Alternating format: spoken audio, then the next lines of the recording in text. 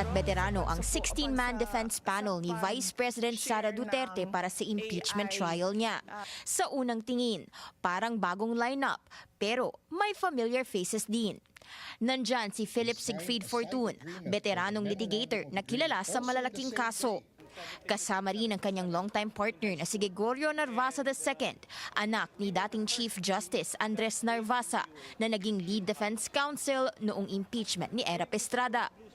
Hindi lang sila, kabilang din ang ilang bigatin sa litigation, gaya ni Sheila Sison na matagal nang lumalaban sa Sandigang Bayan at criminal cases, na Golda Fortun, Carlo Joaquin Narvasa, Miguel Fernandez na dati ring band member ng Lola Amor, at Justin Gular na multiple-time debate champion. Siyempre, nandyan din ang malalapit kay VP Sara, kagaya ni Michael Poa na dating Chief of Staff niya sa DepEd, at si Reynold Monsayak, dating OVP spokesperson at class valedictorian ng law school nila ni VP sa San Beda.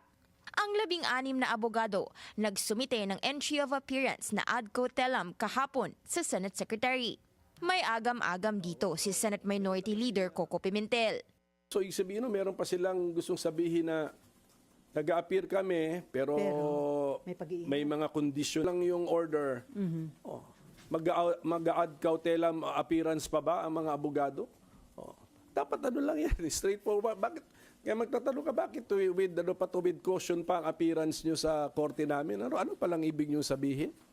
Paliwanag ni Senate Impeachment Court spokesperson Attorney Reggie Tonggol, inaasahan na nilang maghahain ng argumento ang defense team para i-dismiss ang kaso. Sinubukan ng Bilyonaryo News Channel kumuha ng pahayag mula sa mga abogado ni VP Sara, pero hindi raw muna sila haharap sa media para hindi ma-preempt ang kanilang depensa. Sa ngayon, wala pa ring opisyal na tugon ng kampo ni VP Sara sa hinaing summon sa kanya ng korte.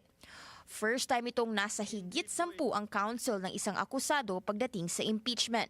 Nasa 9 lang kasi ang kay dating Chief Justice Renato Corona, habang hindi rin aakyat sa 10 ang defense panel ni dating Pangulong Joseph Estrada. Walang procedural restriction sa kung ilan bang dapat na defense lawyers sa